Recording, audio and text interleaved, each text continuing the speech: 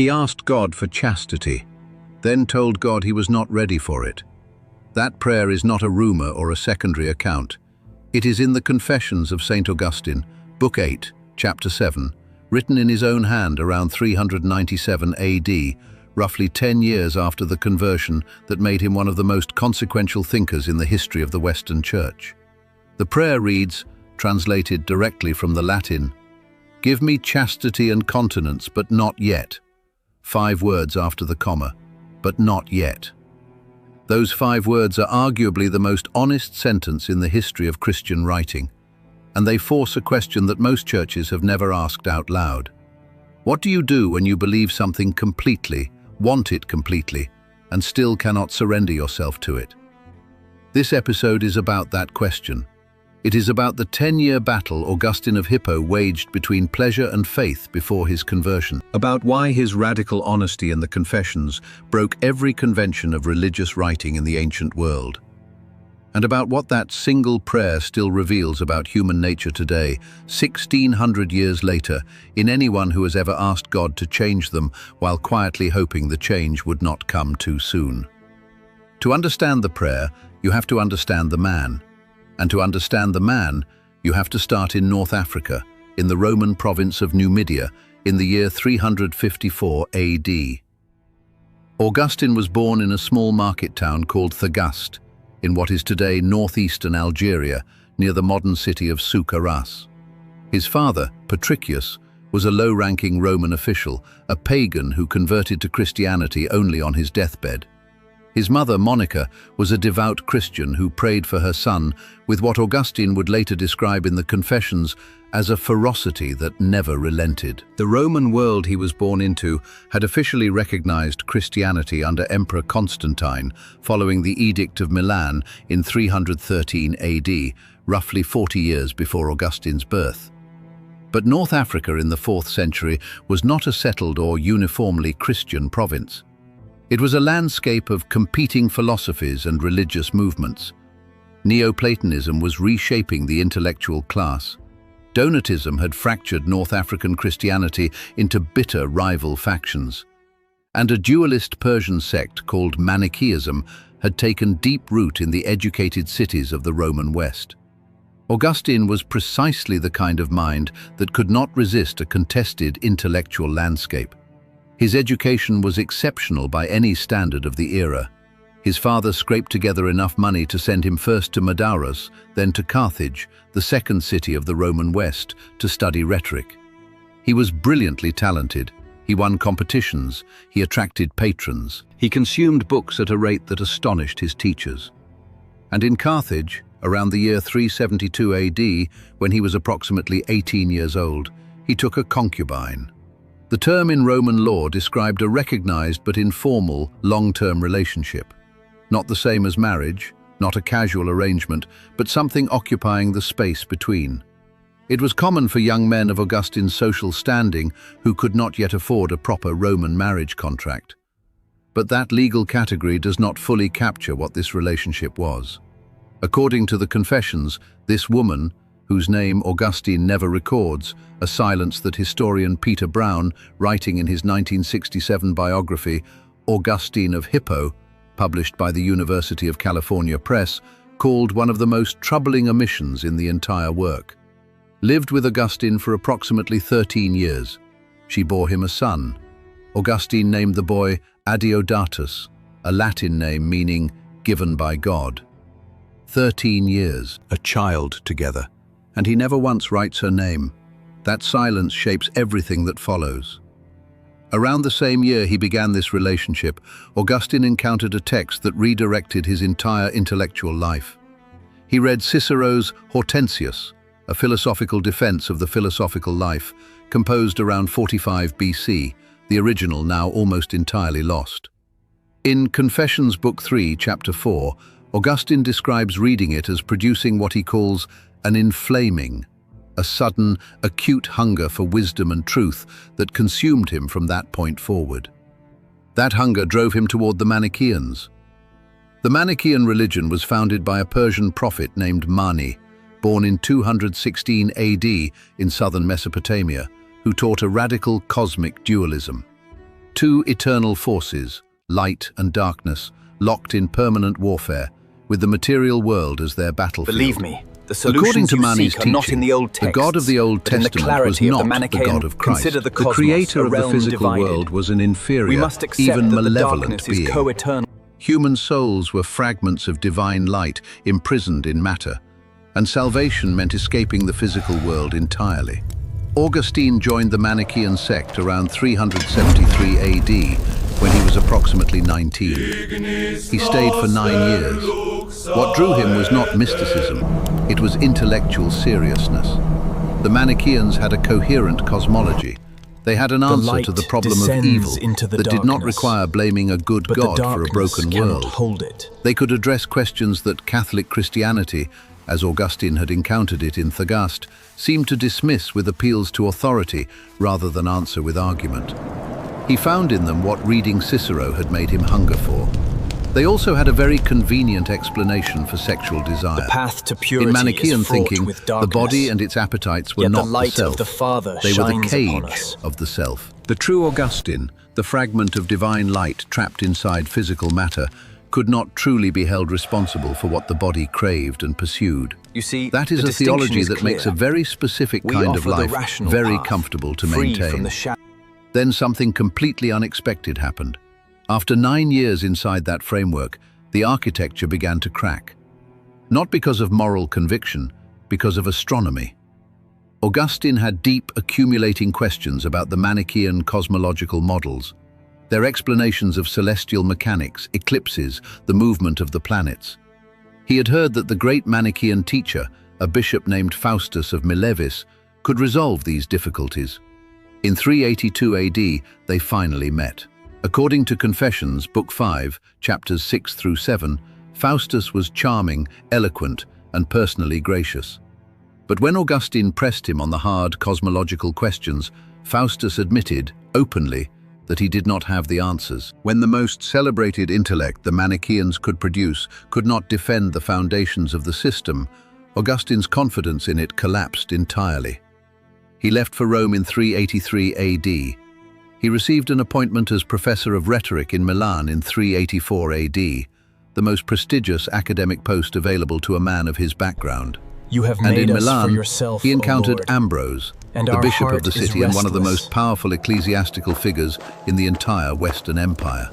Ambrose preached in a way Augustine had never encountered, not literal and flat, but allegorical and philosophically dense, drawing on Neoplatonist categories in even ways as that the made the darkness biblical gathers texts around us. alive with layered meaning. For in this light Augustine we describes find attending our his salvation. sermons in Conviction Confessions, is not Book merely 5, belief. Chapter 13. It is the He unwavering went initially resolve as a to rhetoric act upon professor that belief, analyzing technique. even in the He was not there for the theology.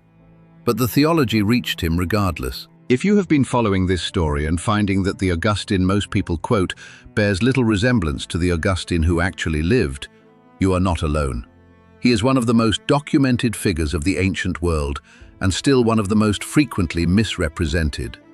Among the early church fathers, his account of his own interior life stands in a category by itself. There was no precedent for it in any previous religious writing. If this is your first time on this channel, subscribe now and turn on the bell notification. Every episode here is built around the same commitment: the full historical record, the primary sources, the verified evidence, and the honest complications that popular accounts leave out. Augustine's prayer, "Give me chastity and continence, but not yet," circulates mostly as a wry joke about a saint who liked his sins. This episode exists to make the case that it is the opposite of a joke. Leave the word "yet" in the comments right now if what you have heard in the last few minutes has shifted how you understand that prayer. One word. I want to know how many of you have been living with this kind of honesty in your faith without ever having a name for it. In Milan, something else happened alongside the encounter with Ambrose. Augustine's mother, Monica, arrived, and she had a plan. She arranged a marriage for him, a proper Roman marriage to a woman of appropriate social standing whose name is not recorded in any surviving source. The intended bride was approximately 10 years old, legally required to wait 2 years before the marriage could proceed. Roman law set the minimum age for girls at 12. The arrangement was entirely conventional by 4th century Roman standards, but it required removing the complication of his current companion. Monica sent the concubine back to Africa. This is in Confessions, Book 6, Chapter 15. Augustine does not describe this as his own decision. He describes it as something arranged around him. The woman he had lived with for 13 years, the mother of his son Adeodatus, was sent away. According to the Confessions, she swore to God that she would never take another man. She returned to Africa. Augustine never saw her again. He writes that his heart was cut and wounded. He uses the language of a wound that drew blood. He does not moralize about it. He does not explain it away. He records it. My heart was cut while and waiting wounded. the required 2 years for his intended bride to reach legal marriageable age, Augustine took another mistress. He records this in the same chapter, with no self-justification and no self-pity. He tried to remain continent. He could not. He arranged a temporary relationship while the formal marriage was being prepared. He knew, by the standards he was increasingly holding himself to, that it was wrong. He did it anyway. This channel carries no sponsors and no advertisers, just the research. If that matters to you, the QR code is on your screen now, and the link is in the description. That is the world in which the prayer was forming. At the same time, Augustine's intellectual journey was accelerating along a separate track, moving toward the very thing his will could not yet receive. In Milan, he encountered Latin translations of the Neoplatonist philosophers, specifically Plotinus, who had died in 270 AD, and whose work, the Enneads, represented the summit of late ancient philosophical achievement, and Porphyry, Plotinus's student and editor. These translations had been produced by Marius Victorinus, a Roman grammarian and rhetorician who had himself converted to Christianity in old age, an event recorded in Confessions, Book 8, Chapter 2, that clearly struck Augustine with significant force. The Neoplatonists gave him something the Manichaeans had never provided, a philosophical account of evil that did not require a second God. In Plotinian thinking, evil was not a substance or a competing cosmic power. It was an absence, a privation of good, the way darkness is not a thing in itself, but the absence of light. That single conceptual move resolved the metaphysical problem Augustine had been carrying since Carthage. Evil did not require an evil creator. It was the falling away from being, not a rival force alongside being. Intellectually, the door to Christianity stood fully open, but the will did not walk through it. This is what makes the Confessions radically different from every other piece of religious writing produced in the ancient world before them. Augustine did not describe conversion as a sudden illumination that resolved all difficulty. He described it as a protracted war between two parts of himself, what he calls, drawing on Paul's letter to the Romans, chapter 7, verses 14 through 23, the carnal will and the spiritual will. He knew what he should do. He wanted what he knew he should want, and he still could not do it. His words in Confessions, Book 8, Chapter 5, are among the most psychologically precise sentences in all of ancient literature. He writes about the strange fact that giving oneself an internal How long command must this struggle and last, actually Alypius? carrying that command Until you out yield are not entirely. the same operation. Look to the tree That above a person you and can cast instruct their own will and have the will refuse to follow. He is not describing weakness in the conventional sense. He is describing a structural problem in human nature itself. The gap between knowing and being, between the faculty that judges and the faculty that desires. I baptize you in the That is name when of the everything Father, changed. and of the Son, The change and of came the in a Holy garden in Spirit. Milan in the summer of 386 AD. Augustine describes it in Confessions, Book 8, Chapter 12, one of the most analyzed passages in all of Western literature. He was in acute spiritual crisis, weeping under a fig tree, when he heard a child's voice from a neighboring house, repeating a phrase in a kind of rhythmic chant. Tolle lege, tolle lege. The Latin means, take up and read, take up and read. He returned to where his companion Alypius had been sitting, picked up the codex of Paul's letters lying there, and opened it at random. His eyes landed on Romans, chapter 13, verses 13 and 14. Let us behave properly as in the day, not in carousing and drunkenness, not in sexual promiscuity and sensuality, not in strife and jealousy, but put on the Lord Jesus Christ and make no provision for the flesh in regard to its lusts. He writes that at that moment, a light of certainty flooded into his heart. Not an argument, not a logical demonstration, a settling of what had been at war. What followed has been rehearsed in church history for 16 centuries. He told Monica. He told Alypius. He withdrew from his teaching post, citing a genuine lung condition he had been managing, and retreated with a small circle to a villa in Casiciacum, north of Milan, for several months of philosophical conversation and spiritual preparation. He was baptized by Ambrose on the night of April 24th to 25th, 387 AD, during the Easter Vigil. Monica died the following year in Ostia, on the Italian coast, while they were waiting for passage home to Africa. His son, Adeodatus, baptized alongside him in Milan, died not long afterward, around 390 AD, likely in his mid-teens. Augustine does not linger on this in the Confessions. The mention is brief. The brevity carries its own weight. Augustine returned to North Africa. He was effectively compelled into the priesthood at Hippo in 391 AD. By most accounts, the congregation more or less demanded it, and he wept at the ordination. He became Bishop of Hippo around 395 or 396 AD and held that position until his death on August 28, 430 AD, with the Vandals besieging the city walls outside. And roughly 10 years after his conversion, between 397 and 400 AD, he wrote the Confessions. The timing matters. He was not writing from the safe distance of a fully resolved life. He was writing as a bishop, still describing, in the present tense of prayer, a war that conversion had not simply ended. He was not composing memoir, he was composing prayer. The entire book is addressed to God in the second person, every sentence spoken directly to God, the reader permitted to overhear. What does it mean for the faith you have inherited that the man who defined original sin and grace for the entire Western Church wrote 10 years after his conversion that he had once prayed to be changed while admitting he was not ready? Most evangelical tradition treats conversion as a decisive event, a single moment, a resolution of the interior war that settles the matter once. Augustine's own testimony says something far more complicated.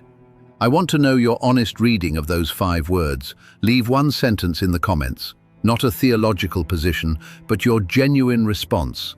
Was the "but not yet" a failure or something else entirely? I have put together a written companion to this series, The Hidden Confessions, 7 truths Augustine of Hippo kept from the world, and what they reveal about faith, sin, and the birth of Christianity. The link is in the first comment, and if you are watching on a screen, the QR code is there now. There is a dimension to the prayer that almost never receives attention, and it has to do with the specific Latin Augustine was using. When he wrote, "Give me chastity and continence," he was working with 2 distinct terms. Chastitas, chastity, referred to sexual purity, the absence of sexual activity outside of marriage, or ideally its absence altogether in a life of spiritual focus. Continentia, continence, referred to something considerably broader, self-mastery, the capacity to govern one's desires rather than being governed by them. The distinction matters because Augustine was not simply asking God to help him stop doing something. He was asking to become a different kind of self, a self whose desires had been transformed, not merely restrained by discipline and effort. That is a far more demanding request than it first appears. Augustine understood exactly how demanding it was. He knew that what he was asking for was not a behavioral modification, but something closer to what he would call, throughout his mature theology, a transformation of the will itself. In Confessions, Book 8, Chapter 5, he writes about the divided will with a precision that modern psychology has approached, but not fully surpassed. A person can give themselves a command that their own nature refuses to execute. He is not describing ordinary hypocrisy. He is describing what happens when the faculty of desire and the faculty of judgment are pointed in different directions, and neither is strong enough to simply override the other.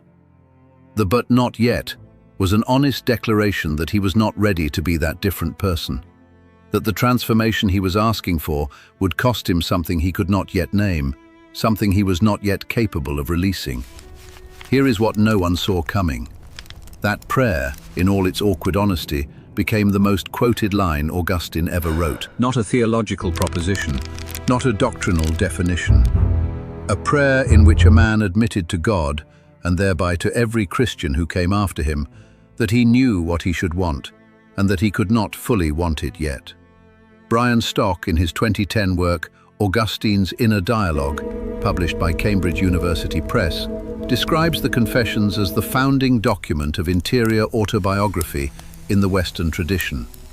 The first sustained attempt in literature to write not about what a person did, but about what it felt like to be inside one's own will while it was failing. Before the Confessions, religious writing in the ancient world organized itself around action and event. What happened, what was said, what was decided. The Psalms track interior emotional states. Psalm 51, attributed to David following the prophet Nathan's confrontation after the episode with Bathsheba, contains language of interior contrition that genuinely anticipates Augustine. Psalm 51 verse 10 reads, "Create in me a clean heart, O God, and renew a steadfast spirit within me." But even the Psalms are prayers addressed to God in a moment of crisis, not a sustained narrative of how the human will operates over months and years while it is failing. Augustine did something no one had done in writing before. He narrated the experience of wanting to change and being unable to, not as a single crisis, but as a years-long documented process examined from the inside. He made the interior war into literature, and in doing so, he made it available to every reader who came after him who had been carrying that same war without words for it. Philosopher Charles Taylor, in his 1989 work, Sources of the Self, published by Harvard University Press, traces the origin of the modern Western sense of human interiority, the conviction that there is an interior space that is the seat of one's true identity, directly to Augustine. That conviction is so embedded in how people today understand themselves that it is almost impossible to imagine things being otherwise. But before Augustine, in most of the ancient world it largely was otherwise. The prayer made it permanent, not because it resolved the problem, but because it named the structure of the problem so precisely that every reader in every century since has recognized it as their own. What you have heard in this episode is not the Augustine that most church history surveys present. The standard account moves briskly from the wild youth in Carthage to the baptismal font in Milan, ties it up with Monica's prayers and Ambrose's preaching, and presents the conversion as a clean before and after resolution. The Confessions, read carefully and in full, tell a much longer and more honest story. A story about a man trying to be truthful about the gap between faith and transformation. A gap not automatically closed by conversion. A gap Augustine was still writing about 10 years after his baptism. There is more waiting for you in this series. Every episode goes deeper into the history most Christians were never given, the primary sources, the early church debates, the verified scholarship, and the figures who shaped the faith you inherited in ways that no one told you about. Subscribe and turn on notifications so none of it reaches you late. This history belongs to you, and it has been waiting a long time to find you. The prayer did not survive 16 centuries because Augustine eventually became famous. Augustine became permanently relevant because the prayer was true. 1600 years after he wrote it, "Give me chastity and continence, but not yet," still circulates because every generation since has recognized something in it that cannot be explained away and cannot be dismissed. It is not a theology of failure. It is not an excuse for inaction. It is a description of the human condition so accurate that it has never been superseded. You have asked for things from God that you were not ready to receive. You have wanted transformations that would have cost you something you were not yet willing to lose. You have believed something fully and lived it only partially, and felt the distance between those two things as a kind of grief you did not have a word for. Augustine did not invent that experience. He was simply the first person in the Christian tradition to write it down without flinching, and to Dammi publish it without castitatem et removing the continentiam, "but not sed yet." noli modo. The theologians who came after him, Thomas Aquinas in the 13th century, Martin Luther in the 16th, John Calvin writing from Geneva not long after, all built on the theological architecture Augustine laid down in his books and letters. But the part of Augustine that keeps reaching people who have never opened a theology textbook is not the doctrine. It is that prayer. 7 words in Latin. Da mihi castitatem et continentiam, sed noli modo. Give me chastity and continence, but not yet. What the prayer reveals, and what everyone who quotes it as a punchline has entirely missed, is that "but not yet" was not the failure in his spiritual life. It was the moment when he became honest enough to be helped. You cannot receive what you will not admit you need. You cannot be changed in a direction you are unwilling to name. The "not yet" was not the obstacle to his conversion. In his own account, it was one of the last truthful things he said before the conversion arrived. The Confessions were finished around 400 AD. Augustine lived and worked for 30 more years, producing theology that would shape the entire Western Church. He revised many of his positions. Near the end of his life, he wrote a volume called The Retractions, reconsidering arguments from dozens of his earlier works. He never revised the prayer. He never removed the "but not yet." That choice, to leave those 5 words on the page for all 16 centuries that followed, may have been the most useful act of his entire remarkable life.